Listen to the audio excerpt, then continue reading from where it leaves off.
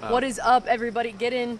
We're making a Remco sandwich. Oh, it's Remco Rinkema. Everyone, the welcome world-famous to Remco. the PokerNews podcast. Go ahead and grab yourself a yerba mate, yerba mate. I got one too. And Yerba mates. join Cheers. us for another live WSOP 2019 edition. Reach deep into yerba mate or yerba mate culture, and you'll discover people have long gathered to imbibe mate, to awaken the minds, perform extraordinary feats, and to exchange confidences. I'll read one more sentence. Even Yari, the mythical goddess of mate, decrees it, Or mate. the symbol of friendship. You did not make this up, by the way. I'm reading along, and this is actually what it says. Oh, yeah, that's going to be hard Also, to say. just so we're clear, we're not actually sponsored, but if we were, this Remco is in a sense, like in a very unconnected, Loosely. kind of, sort Twice of, removed. yeah, twice loosely. removed. And I just want to be clear, you guys, that Jeff wasn't sure if it was yerba mate or yerba mate, and also not really very clear on whether it's imbibe or imbibe, which is something he's the professional around here, Yeah, guys, yeah, so let's yeah. just make sure that we remember that. Pretty sure it's yerba mate. Yeah. Come to that conclusion. Definitely. There's no accent on the E. What's up, you guys? What's up, Straczynski, all the way from Straczynski. Israel? Welcome, David, James. So, Remco, how's your summer been so far? It's been good, actually. I've really been enjoying these bracelet runs by big names, as I always do. And it sounds like the boring sort of answer, but, seeing a wind-up Scott Clements do business at the final table, or seeing Greg Mueller call out players' cards, and seeing Dan Zach get his first bracelet, those are all storylines I really enjoy following. And may I also point out that a gentleman by the name of Philip Jerome Ivey is playing about a stone's throw away from where we are sitting right now. And what tournament is he playing in? Like He a is- 10K or a 25K? No, it actually happens to be a Venetian deep stack, but it's at the Rio. It's actually the $800 deep stack event, day 2, 300 players left. Phil Hellmuth is standing up, also still left in the tournament. We can see him from here. And Ivy is still in 2. So if you thought the World Series Poker was all about those 10K events, think again. It's about the small events with the big fields, and 2 of the most iconic names of the game are still going strong here on day 2. And this is only a 3-day event, so if you want to catch a glimpse of these guys, you better be fast, because this thing is really burning through the tables pretty quickly. So Ivy's that's got to where have you some were. bracelet bets, right? He must He just have, right? absolutely has to. Or We he- expect you to know, though. Or I'm going to ask him on break. Okay. Or he's so poor that he has to build up his bankroll again, and this is where he's at now. Wouldn't that be cool? Litigation is expensive, you guys. Oh, yeah, Everyone knows that's that. true. He's been balls deep in several years of litigation. But it all makes sense now because Jeff was standing over here in the Superman pose, Peter Pan pose for about 10 minutes. And I thought, why is he so deeply engaged in the 1K Super Seniors event? And now it's all making sense to me, Jeff. Were you trying to show off the P90X to Mr. Jerome? Yeah. It's like, Phil, I've been working out since the last time you saw me. I don't know if that draws you to me even more. Have you I'm interviewed just- Phil Ivey ever? No. Have you No, ever- I asked him once, and he was really nice, but said no. Which and isn't that nice, actually. So True, I don't know true, if you can true. say that. I've been brushed off in worse forms than Sarah, you Phil have Ivey. an Ivy story, right? I've interviewed Ivy Yeah. a few times, and I've also not interviewed Ivy a lot of times. So basically, if we're in Australia, I get the shoe-in interview, and Okay. pretty much anywhere else, it's It's going to be a no. like a very clear, I'll deal with it later, lady friend. No, Ivy is the number one player who goes next break. Yeah, There's only so you many keep breaks. yeah. You talked to him last year about Doyle, just real quick. Yeah, You got one soundbite. Last year, I basically cornered him. Yeah, And the funny thing is, he obviously has no idea what my name is, but he recognizes my face. That's huge. Which is both helpful, but also Yeah. works against me because he always expects me to want something Oh, from him. Oh, So then, in this occasion, it was Doyle's last event with 10K Okay. deuce, and Ivy busted, which is the worst time to ask for an interview. sure. But I was already standing sort of in his line of sight as he was walking away from the table. So I just hit record and I said, Phil, real quick, I just want to ask you about Doyle. And you can see him roll his eyes, but then he goes, he's a legend, and he said a few more things. And then I think I said something like, what's it been like playing with him for all these years? And he was basically walking away from me but still answering my question. So he was sort of He'll yelling, take it, yeah. yelling across the room. I think he said something like, like one of the worst people to play props with, like one of the most annoying guys to bet against. So that was pretty funny, but in general though, Ivy's such an enigma. Like I mean, if I was sitting at the table in an $800 deep stack with Phil Ivey, I would just not play a hand and just observe, because it's the only time ever you get to look at him without him actually thinking you're a weirdo. Right, or wanting something. Or wanting something from him, yeah. So yeah, this is a pretty unique thing for those players, I'm sure. I've never even played with anyone who has any sort of name in poker, but I can only imagine it's pretty tense for the people playing at this level in particular. Yeah, especially on a day 2 like this, where like the $800 deep stack has created quite the prize pool. I mean, there's almost 300K up top, and with you said it, 250, 300 players left or so, you have a real shot at it. You combine that with the fact that Phil Ivey's sitting next to you, I mean, that's pretty intense. That's quite the World Series of Poker experience, and I'm sure it's the first experience for a lot of these people playing in this event.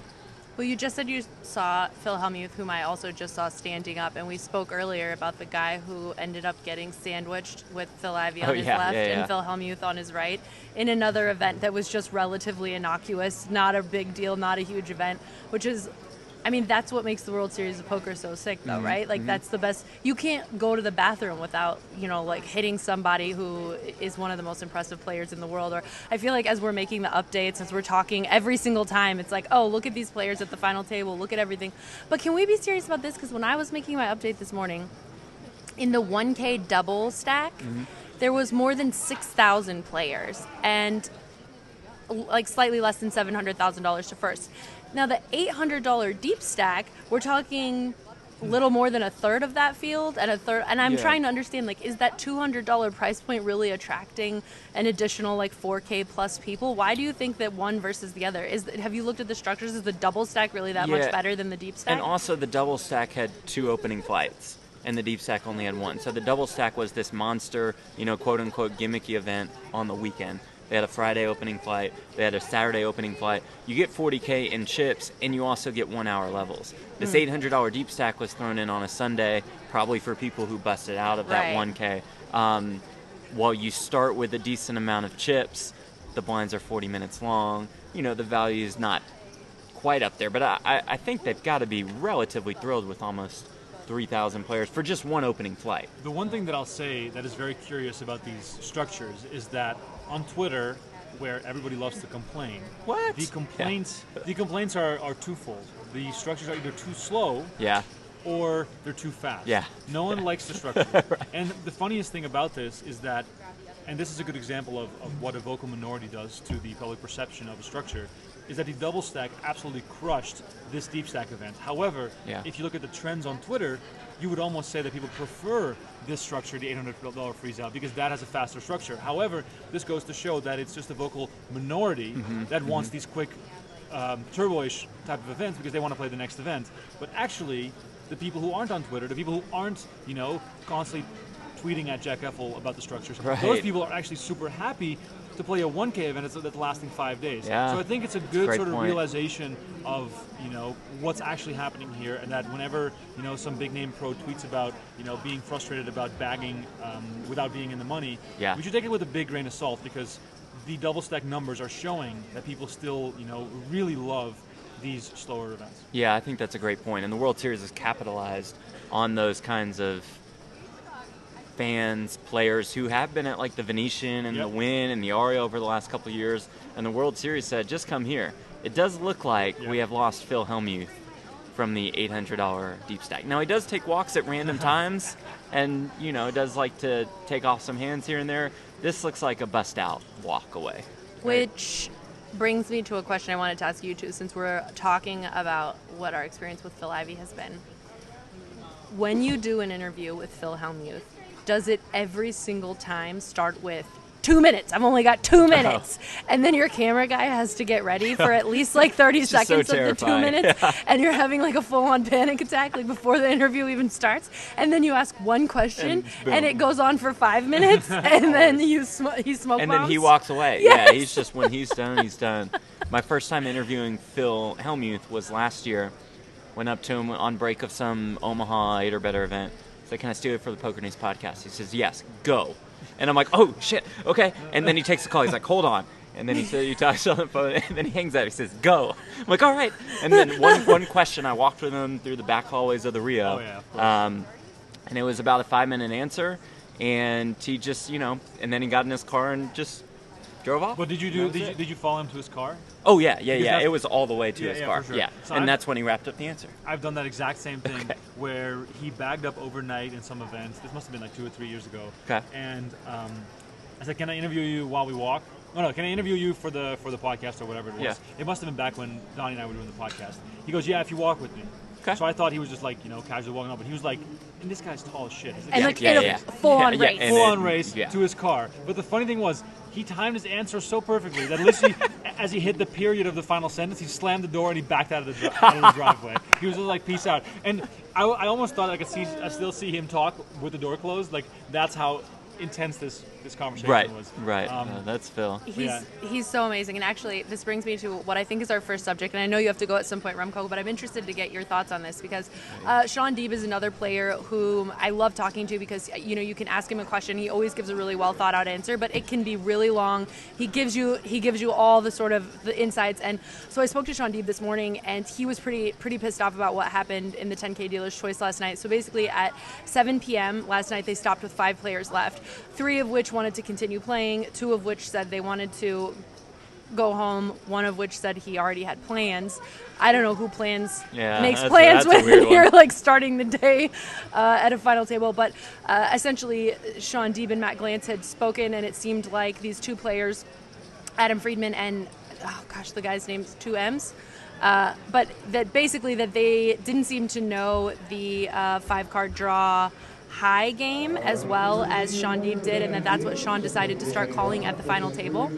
And Michael McKenna, indeed, and that this was like a strategic decision that they essentially forced upon the tournament staff and Jack Effel to make so that they could have time to go home and maybe study this game. This is the allegation they're making. What are your thoughts? Have you paid any attention to the dealer's choice? Do you think it makes sense to ever stop a final table that's not streaming, which is at 5 players at 7 p.m.? I mean, my first thought is that if you schedule an event for 4 days, then the players who don't want to continue have a right to say that they don't want to keep playing. Whatever their reason might be, if that's on the structure sheet, then you have a valid argument for wanting to stop. If it says the final table plays out today, after a night's sleep, you can make whatever argument you want. Your stomach hurts, whatever it is, but you don't even have to have an excuse. At the end of the day. At the end of the day, this was scheduled as a 4-day event. Do I think it should have been? No. Right. I think it should have been a 3-day event because it's not going to have a massive field. It's not being streamed, so there's no real reason for conflict on the schedule. So I think that there should be more leniency if you are doing an event that's not being streamed, in the sense that just put it on as a 3-day event, and then roll with it. And if it's 3 in the morning and there's 4 people left, sure, it's going to be a 4-day event. But this is the same thing with a 25K fantasy situation. If it's on the rules that it's a 4-day event and it says final table starts on day 4, it's kind of hard to have an argument against it. Okay, even though so I don't agree let with me it. make this case to you then, because this is exactly what I would have thought 1,000%. If this is what it says on the sheets, and that's what everybody should be ready for. Now, on Friday, I was railing Angel Guillen at the 3K 6 Max, which they got to the final table at about 8 o'clock at night. They got to 6 players, 8 or 9, which was right before the scheduled dinner break. They decided to take the dinner break. It was after 10 by the time they got back. And before the dinner break, the tournament staff came over and he said, "You're playing it out at least until 10 levels. If your head's up at 10 levels, we'll play an extra level." And quite a few of the players actually had family and friends and stuff who were coming in to watch them the next day, and they were all pretty pissed off about it. Like, they had just called their family and friends to say, "Yay, I'm at the final table, come tomorrow." They'd bought flights, and then the tournament staff said, "This is the decision that was made. You guys are going to play 10 levels no matter what." And I think it's interesting because they had never planned to stream the 3K 6 Max, so I can also understand from just like a logistics perspective, it makes sense to just keep going. Like, let's just keep going. It's 10 o'clock at night. But I feel like it's really hard to make the case for having that happen on Friday and then having this happen on Sunday and having this 2 totally different answers for what's essentially the same problem, right? It should be uniform. That's what it comes down to. If the structure sheet says something like a day 4 or no day 4, then you should adhere to that situation unless you have unanimous agreement among the players. I think it's pretty clear. And if there's discrepancy between decisions in the same circumstances, then that's something you can take issue with. Yeah, Deeb could be like, I don't think Deeb is lying or making something up when he says these two players said no because of X, Y, and Z. Yeah. I almost lean to think that he would be telling the truth in that spot.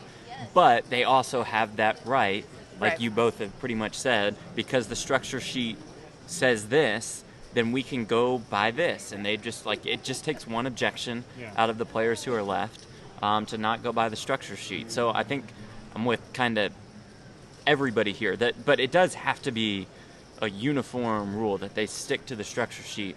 To your point, Sarah, some guys in the 3K6 max would have objected continuing play, then they needed to stop play because the structure sheet says, I'm looking at both right now, it says day 3, 2 p.m. restart, play down to 6 players.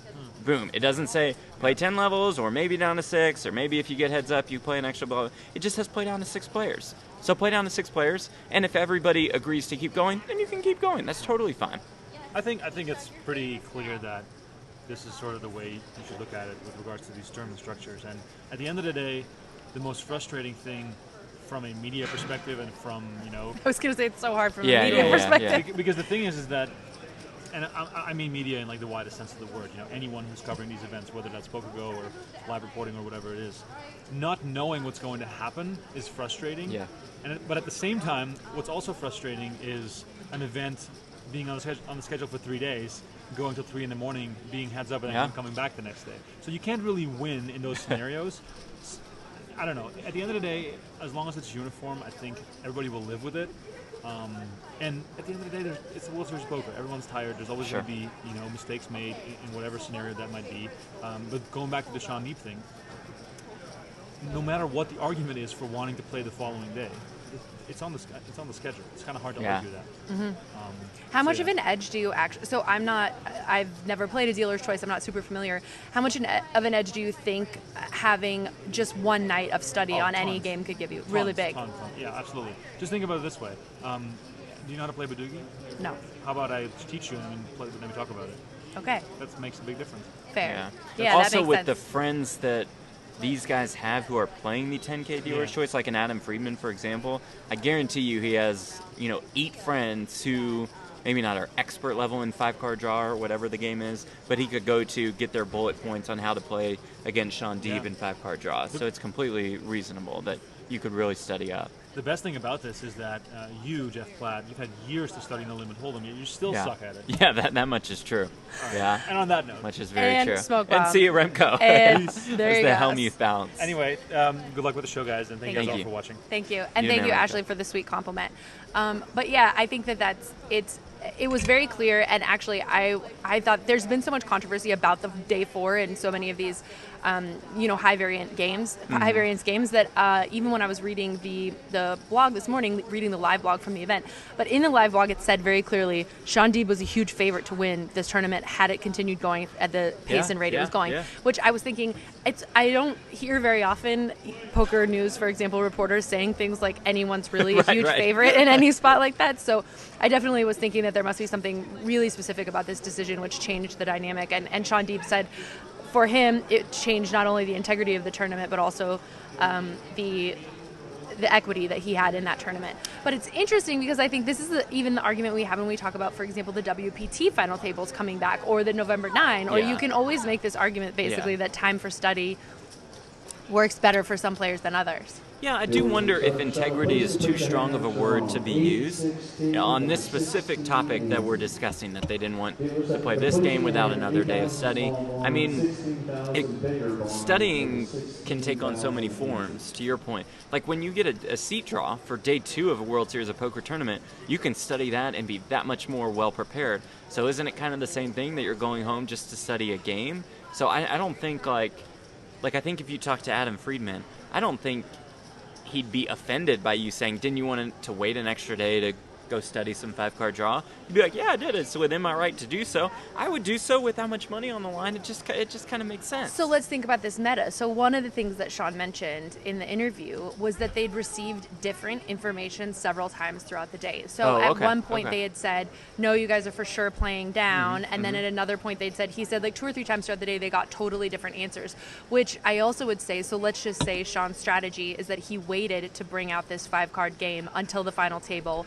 realizing that he felt like he had an edge in this game against these Yeah. opponents. So maybe if he knows for sure it's going a second day, maybe he doesn't bust out this game until they come back the next day. Yeah, that's a great point. And that just goes back to what Remco was saying. Like, it has to be uniform across the board. It has to be a beginning of the day call that they say, hey, structure sheet says we're playing down to 6, we'll do that. And if all 6 players want to play longer and we have the staffing and the time to do so, we'll do just that. Yeah. I think it's just got to come down to the uniformity of it all. Well, we touched briefly on the 3K6 Max, and that's one of the tournaments we want to let you guys know about. As I mentioned, everybody knows my girl, Lynn Gilmatin. Yeah. Her boyfriend is Angel Guillen, so I went to rail him for as long as I could. He ended up taking 5th place for about 80K. But it was actually a pretty sick final table, in my opinion, which isn't that shocking considering it's a 3K6 Max. But the play was incredibly solid, and it was Thomas Kazayus. Yeah, let's go with Kazayus. I'm going to go with that for you guys. Kazayus, who his friends were calling the silent assassin. And I have to be honest, in watching the 3K6 Max, he really didn't stand out particularly, and that makes total sense. He was pretty cool, calm, and collected. I watched as Kyle Cartwright, he was the gentleman who busted in order to make the final table a final table of 6, and he busted in a pretty standard spot. Upeshka de Silva was at the final table as well, who just last night took down the WSOP.com bounty knockout tournament. After he got 18 bounties, he ended up taking home just a little bit more than $100,000 and his 3rd WSOP bracelet. Okay, so let me ask you this. When you were railing the 6 Max event, did you have any idea what was going on? Like, was it hard to tell what was happening at the table? No. It was not. It was, you mean in terms of, like, did I wish it was bet streamed sizes, and had did you someone see the calling? flop cards? Oh, it was really hard, actually, really hard. And every time there was an all-in or every time there was a big pot, everyone was standing and looking and trying to figure out what was going on. There was no tournament director announcing the action, right? No. Okay, so it's same thing at the, now this 3K6 Max was at, I guess you would call it one of the new secondary featured tables. Like, they set up a small arena, which I'm guessing is going to be used for the main event. There are cameras there, but they aren't hooked up yet. And so it's like a mini arena. It's a mini Thunderdome, so there are a decent amount of seats, but I don't think there were any monitors. If they were, they weren't on. And then you have the Thunderdome, which of course is a much bigger arena, and they have the monitors, so you can see the cards on the flop. Sometimes you can see the chip stacks. Sometimes you can see what's going on the actual broadcast, et cetera, et cetera. But also this year, in the main Thunderdome, there's no tournament director announcing anything. So, like, when a player bets, say a player bets 80,000, usually player bets 80,000, you hear the dealer say 80,000 if you're watching on stream, because the dealer is effectively telling the production crew what the bet was. They put it in the graphics, et cetera, et cetera. But you also have the tournament director saying, Sarah bets 80,000, because if you're in the audience, you want to know what's going on.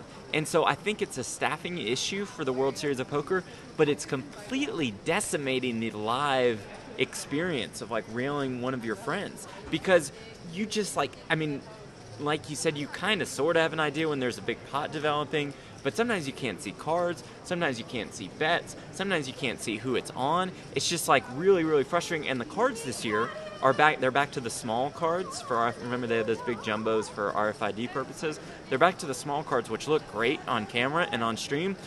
But again, if you're in the audience and you're looking up at this monitor and there's an all-in and a call and you're seeing these really small cards, like, sometimes it's really hard to tell what the action is. So I think, like, again, I've been told it's a staffing issue from the World Series. It's not like it's poker production saying we don't want this voice in the background. But you got to find a way to get people there, because you're just crushing. Like, have you heard a Robbie, good? come yeah, back. Right. Have you heard a good live rail yet? Like, I've heard a couple screams here and there, but overall nothing. And it's just been kind of blah at that Amazon Thunderdome, when I think it could be so much better. I'm with you, and yeah, especially for like we've talked about before, it's especially important for a lot of people who are less familiar with poker. I mean, just to give them some ideas of what's going on, to give them some ideas in all-in spots of what cards we're looking for, the outs, these kind of things. Red Bull Robbie saying he needs a 3-5 or a diamond. Yeah. It feels really exciting, and okay, so we don't have to become necessarily the debate/opinion show, but this is something else that you and I were talking about. To me, the 3K Six Max is a tournament that should be streamed. It's exciting. Yeah. It's no limit hold'em. There's only 6 players, so it's pretty much always going to be a dynamic, aggressive game. You're always going to end up with some of the best players in poker who are aggressive and who know how to play Six Max. And it was really kind of sad to me to see. I think what they ended up doing is thinking that this tournament was probably going to go the extra day, which they ultimately, as we spoke about before, decided not to. Sure. But then they were going to stream the marathon instead. And I'm trying to think of what they were streaming during the time the 3K Six Max was even sitting there. I don't even know what, if anything. That was the 10K horse. Oh, which is key. That one is a little more understandable because you know that the 10K horse, you're at least guaranteed in the 10K horse. No, is that true? The 10K horse, saying, was that what was streaming then? Yeah, that was streaming on day 3. Because remember, I was there and you were like going to rail, going back and forth. Yeah, you're right. We were talking about the dinner breaks and stuff. But, if there was a day 4, and then you said it, the marathon was scheduled to stream, I do think that there was room to flip the marathon and the 3K Six Max if the 3K Six Max went to a day 4 with 6 players, and if one of those 6 players, they would compare the fields, right? They'd compare the final table with the marathon. I'm just guessing. This is a total guess here. Most likely, like, if Negreanu or Helmu showed up at a final table, that's being streamed, right? Yeah. Like, just, it doesn't matter what the schedule has. That's going to be streamed. So I think that was a scenario where they could have taken a look at both tournaments, the 3K Six Max and the marathon, as far as what to stream. Or another possibility is CBS All Access came in and they said, we want this event, this event, this event, this event. We want our set schedule, and nothing can change, and that's it. I don't know. Well, we know that Roman Koronev won the marathon, who actually, to be honest, was probably the only player that I knew when the final table of the marathon started. And it's interesting because he's a super friendly guy. I've met him at lots of tournaments. He's not the best English speaker, but he's not the worst either. He always dresses really dramatic and interesting. And so I really thought he was going to be, I was excited to see this interview. And then I wasn't there when it ended. It was not my day of work, but apparently, I don't think he even took pictures. There's no pictures on the PokerNews blog. Oh, there is a picture there. Well, that's great. And it's a great shirt. Well, Oliver, our other shooter, said that he did not want to do an interview. Did he do one for CBS All Access? No, we didn't do any interviews for that event. I think we're just doing 12-ish events on the schedule. So this was not one of them. So he didn't do there. It looks like he talked to, there's kind of a scrum at the end. It looks like he talked to the scrum, but yeah, very few words. He says, I felt great. I have nothing to say, no words. Dreams come true. I don't want to talk about this. He didn't want to talk about the heads-up match, I guess.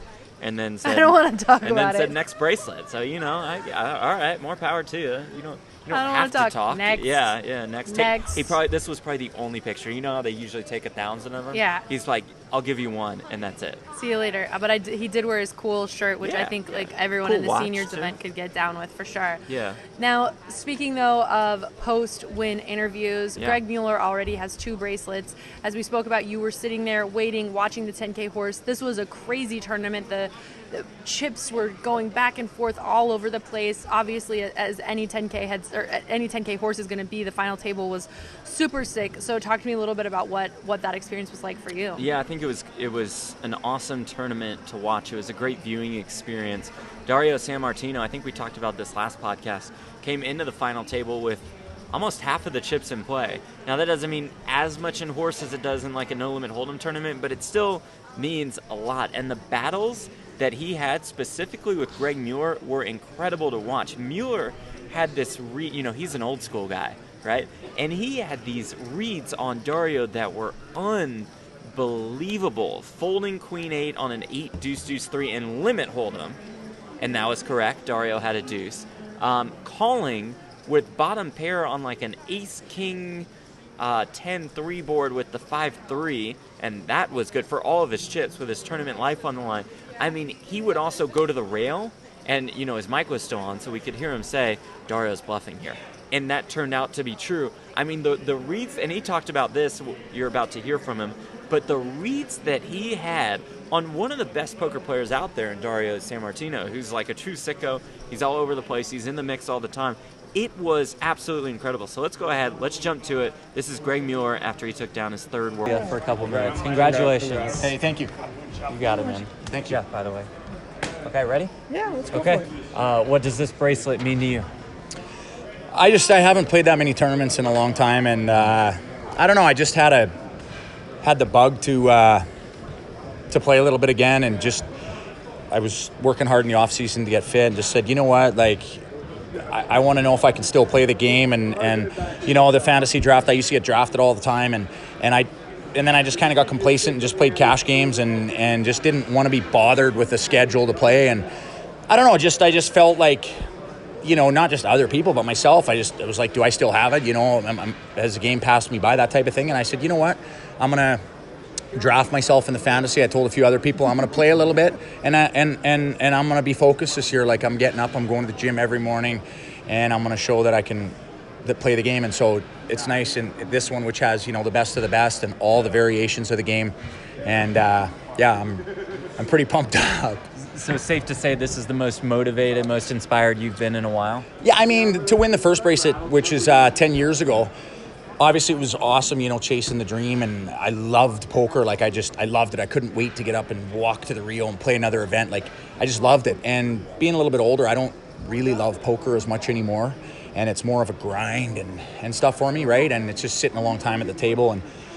But just, you know, kind of winning one a while ago, and just not really caring as much. I was like, you know what? I would like to win one again.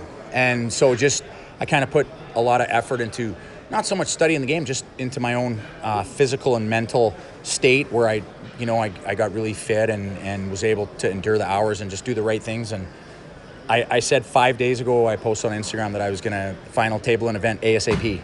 And I didn't know it'd come this quick, and I didn't know I'd win the bracelet, but it feels amazing. Today seemed like an absolute roller coaster ride. How would you sum it up? Well, it was just a long grind. I mean, the play is awesome, and like, I was down low a lot of times, and I went with a couple reads and never gave up. And honestly, I'm really fortunate because my good buddy Shaun is a tournament master, and I play the cash games, and I feel like I have good instincts, but he's just got the best tournament strategy, and he was on my rail all day, and anytime I got low, he just gave me the same encouraging advice that you're not going to win it in one hand. You're going to have ups and downs. Stay tough. Don't be defeated. Put your phone down. Focus. And he was on me all the time, to the point where he'd text me and say, get off your phone. I'm like, well, I'm on it. I'm off it. Quit texting me like that, you know? But he was just constantly pounding those important things into my head. I know how to play cards. I have the instincts. But for tournaments, it's just a different beast. And so it's been a gruel for the last 4 days. Like, when I go deep, I don't really sleep much, and I'm just on adrenaline and fumes. And I've been lucky. I had a real good support system. My brother flew in, and like I said, a lot of good friends on the rail that helped me, and I'm so happy. The $425,000 is a nice little bonus too, I'll be honest. No, you went 2 bracelets a decade ago, and then nothing again. You said you didn't have it, but Yeah, I mean, I last year I said it's funny. Last year I skipped the 10K horse for the reason that I wanted to play the 50K. And people are like, well, why don't you play the 10K? And I said, honestly, I feel like I'm going to go deep in the 50K, and I don't want to go deep in the 10K and the 50K. It's too much. And so people are like, well, you just going to go deep? I said, yeah. And I came in 7th, and it was frustrating to, like, it was a great accomplishment in the sense that I'm playing the best of the best. So coming in 7th and scoring is good, but I wanted to win. And so this year I said, you know what, playing the main event, the 50K, and a couple other 10Ks not giving myself a chance. So I want to play a little bit more. And just with a good attitude, a fortune of good luck, and like I said, good friends around that are, you know, pumping me up when I need it, and kind of criticizing me when I need to be criticized, made the world a difference. Today you had that big hand that was pretty much the shift of the momentum when you doubled up with the bottom pair in limit hold'em. Was it like a testament to your previous success in limit hold'em? You know what? It was really weird. I felt like I had a tell on Dario. Is that his name, Dario? Yeah, Dario. Am I saying it right? Yeah. Right from the very first hand. I don't know if you guys were watching, but the very first hand I kind of came in, not short, but there was an Omaha hand, and he put the pressure on the turn and on the river, and if I call and lose, I'm right with the 2 short stacks, which is not where I want to start. And I looked him up and down for like a long time. Again, good due to the advice of my buddy Shaun. Like a lot of times I get emotional and I'll be like, I can't believe I missed this big hand, and I'll just fold.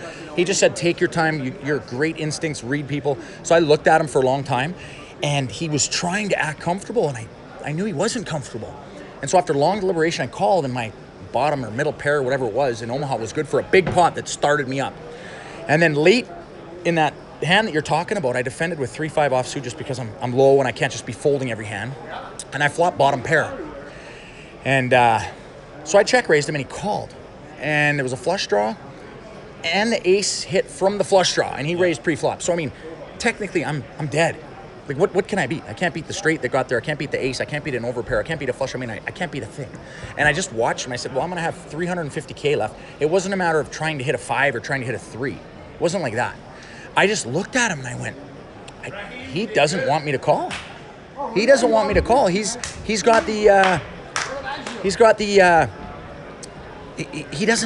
have a hand.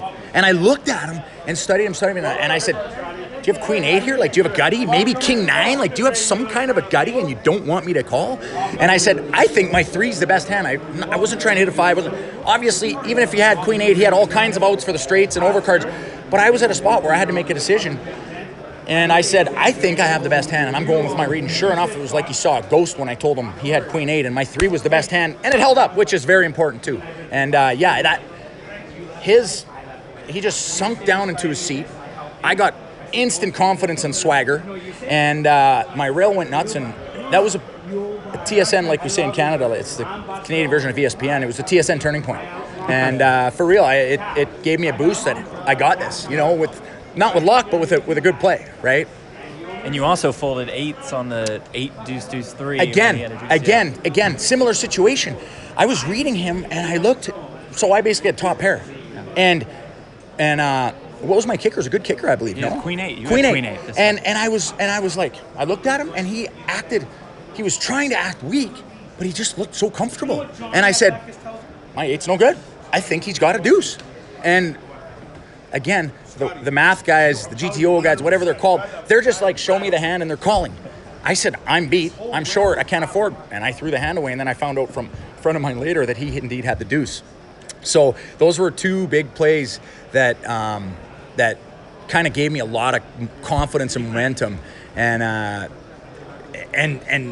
the opportunity to stay alive and then catch a good run of cards and do my thing. Hey, Hughes, where do we get? Now that you have won this 10K, and like you obviously Scotty, Scotty, please. You have a lot of excitement, and obviously supported by the good decisions you've made against one of the, maybe one of the tougher final tables we'll see all summer. What's next for you? You play the 50K? You know what? That's the one thing a lot, and it's part of the reason why I haven't been drafted recently. Is I always get the same. When I'm in Canada, I do my thing. I work out. I live my life. I don't play one-handed poker in Canada. Believe it or not, people are like, you play online at home. I go, no. I love to watch sports. I have 3 TVs, hang out with my buddies, play hockey a few days a week, and work out. And then right as World Series time comes along, all my poker buddies are texting me, are you playing tournaments this year? Are you playing tournaments? And I'm not lying to them. But the last thing I want to do is say, yeah, I'm going to play. They all draft me, spend a bunch of money, and then they see me in the cash games because after 3 days of busting out, I get sick of the Rio and don't want to play anymore. So I tell them the same thing. I said, I think I'm going to play, but I don't want to make any promises.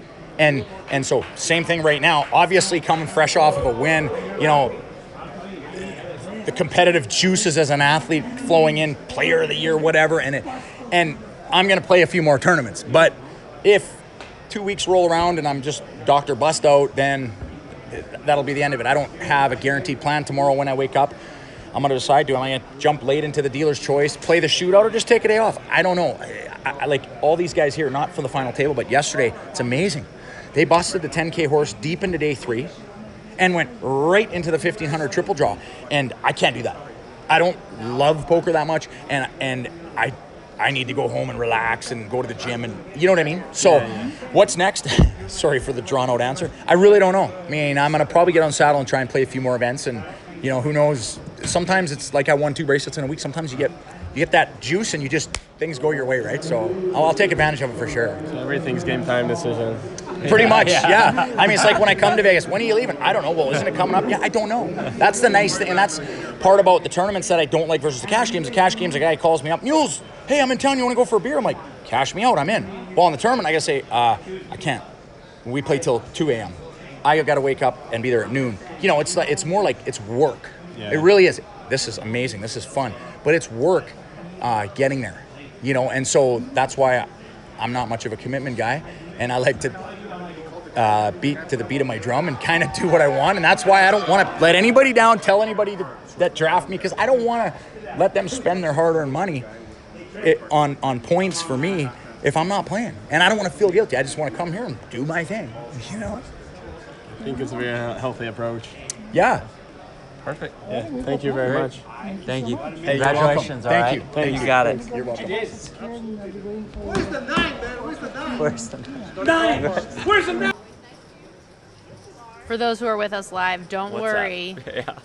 I'm just writing down when this will go in to our good. other version. Remembered. Great. That's Yeah. Good. 29:40. That's when we have Greg. Okay. Wow, that's super, super interesting. And exactly like you said, you know, Dario's no novice when it comes to live poker, that's for sure. And especially live poker at the highest stakes. He's been around for a while and he's been crushing for a while. So that's really a huge, huge congratulations to Greg.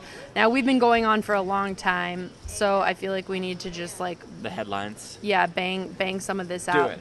What do you know about the seniors event? Did that stream? That did stream. That streamed late at night. Alina Jad and Norman Chad, I think, had to be here a while. And that was 5,918 players, 2 off of the record that they set last year. Or maybe this was 59-16, last year's 59-18, whatever. Massive field, as you would expect.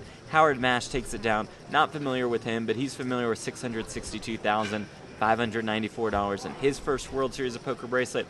The winner of the 1K PLO, you'll love this, Luis Zidane, will donate 35% to charity. That's pretty strong. That is pretty strong. And the runner-up, Thida Lin, I think I'm saying that correctly, the first woman to get heads up for a bracelet. Oh, shoot, because this is in our poker predictions. Right, so right. I only have her and the ladies event runner-up. So no more ladies can get runner-up, please. Okay, you heard it there. Sarah's rooting against all of you.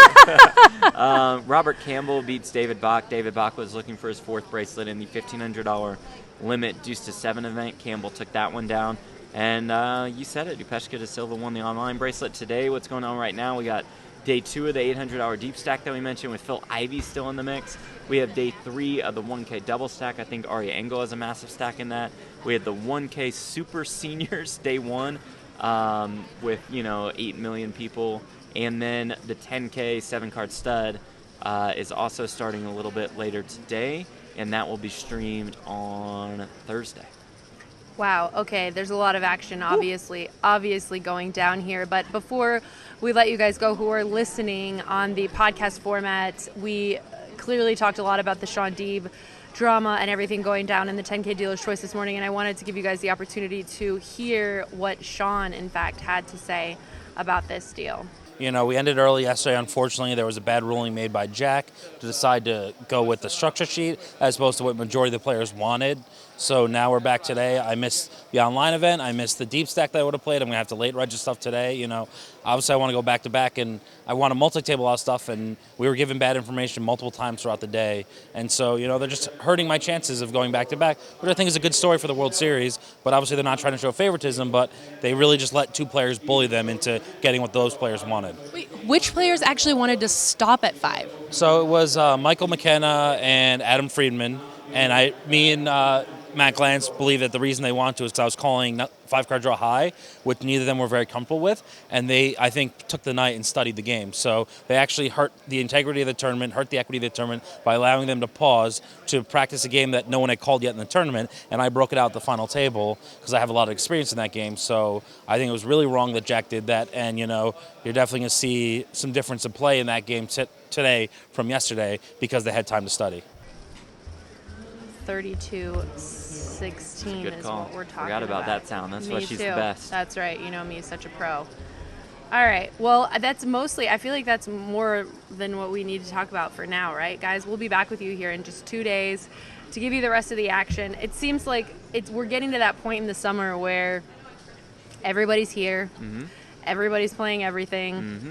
There's stories popping up all over the place, which I, for one, this is when stuff gets really fun. This is when stuff gets juicy. This is when players are off the felt and on the felt. So we'll have all that action for you. And I wanted to briefly remind you guys that this edition of the Poker News podcast is sponsored by Global Poker. Global Poker is the home of online poker in America, thanks to their massive weekly tournament schedule and the chance to score a six-figure payday in just a couple of minutes through their Jackpot Sit and Goes. With real cash prizes delivered straight to your bank account and more than 1 million registered players in the United States, if you're not playing on Global Poker, then you're missing out. Head to www.globalpoker.com and set up an account today. Thank you guys so much for tuning in and joining us. And just by the way, your comments weren't coming in for a really long time. Oh, yeah. I kept refreshing. I couldn't figure out. I was like, Jesus, I was like, man, I wonder if everyone's with us, what's happening. But we are done. We'll catch you guys next time.